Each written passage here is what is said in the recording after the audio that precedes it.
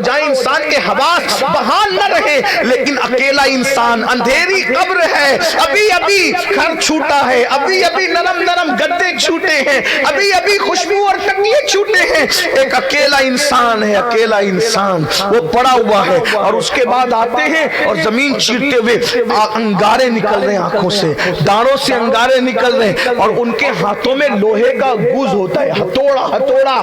امام لکھتے ہیں وہ ہتھوڑا اتنا وزنی ہوتا ہے کہ سارے جنات اور انسان مل کر بھی اس ہتھوڑے کو اٹھائیں تو سب مل کر بھی اس ہتھوڑے کو اٹھا نہیں سکتے۔ وہ ہتھوڑا لے کر کے آتے ہیں اور آ کر کے سیدھا جھپٹ کر سیدھے منہ بات بھی نہیں کرتے، جھنجھوڑ کر کے اٹھاتے ہیں۔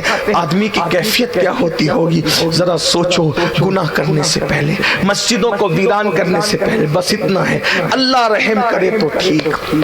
اینڈ کروں گفتگو، آج یہاں بیٹھے آپ نے بہت تصورات کی، ایک تصور کرو، ایک تصور، پھر اس کے بعد ہم محفل پوری کر رہے ہیں۔ ہم تصور کرو ہم مر رہے ہیں، کیسے مر رہے ہیں؟ ایک تصور، مرنے سے پہلے تصور کرو ہم مر رہے ہیں۔ اللہ آپ سب کو خوب لمبی عمر دی، لیکن مرنا تو ہے، آج نہیں کل مرنا ہے۔ تصور کرو اچانک بیمار پڑے، بیماری بڑھ گئی، ڈاکٹر نے کہہ دیا اب یہ نہیں جیے گا، ہاتھ کام نہیں کر رہے، پیر کام نہیں کر رہے، ہم بستر پہ پڑے۔ تصور کر ہم بستر پہ پڑے ہیں اور پڑے پڑے بستر پہ ہیں، ٹک ٹکی باندھ کے سب کو دیکھ رہے ہیں، بیوی کو، بچوں کو، بول نہیں سکتے۔ یہ کیفیت آئے گی، سینے کے اوپر زمین اور آسمان سے زیادہ وزن ہے، زبان کام نہیں کر رہی۔ اگر نمازی نہیں ہے تو بے نمازی کو اتنی پیاس ہے، 7 سمندر کا پانی بھی منہ میں انڈیل دیا جائے تو بھی اس کی پیاس کوئی بجھا نہیں سکتا۔ رشتہ دار چمچے سے تھوڑا تھوڑا پانی پلا رہے، پیاس اور بڑھ رہی ہے۔ ایسے عالم کے اندر حضرت ملک الموت آتے ہیں۔ حدیث پاک میں آیا ہے موت ایک دن میں 3 مرتبہ گھروں میں جھانکتی ہے اور کہتی ہے آخرت کی تیاری کرو، آخرت کی تیاری کرو۔ ہم نے کب سنا؟ ہم نے کب سنا ہے کوئی آخرت کی تیاری؟ ایک دھن ہے، کس بلا کی میں سے ہے سرشار ہم، دن ڈھلا ہوتے نہیں ہوشیار ہم، اپنی ستاری کا یا رب واسطہ، ہونا رسوا بر سرے بازار ہم۔ اللہ اکبر۔ سوچو حضرت ملک الموت آئے۔ ملک الموت سب کے پاس ایک شکل میں نہیں آتے، آنے میں الگ الگ شکلیں ہوتی ہیں۔ حضرت ابراہیم علیہ السلام فرمایا کرتے تھے کہ اللہ کے غدار، اللہ کے نافرمانوں کے پاس جب حضرت ملک الموت آتے ہیں تو اتنی ڈراؤنی شکل لے کر کے آتے ہیں کہ اگر اس کو کوئی عذاب نہ بھی دیا جائے تو وہ ڈراؤنی شکل ہی اس کے لیے سب سے بڑا عذاب ہے۔ سوچئے ذرا اور کیجئے۔ اور وہ آئے اور آنے کے بعد روح نکالی، اور روح، اللہ اکبر، حدیث پاک میں آتا ہے جب روح نکلتی ہے تو کیسے نکلتی ہے؟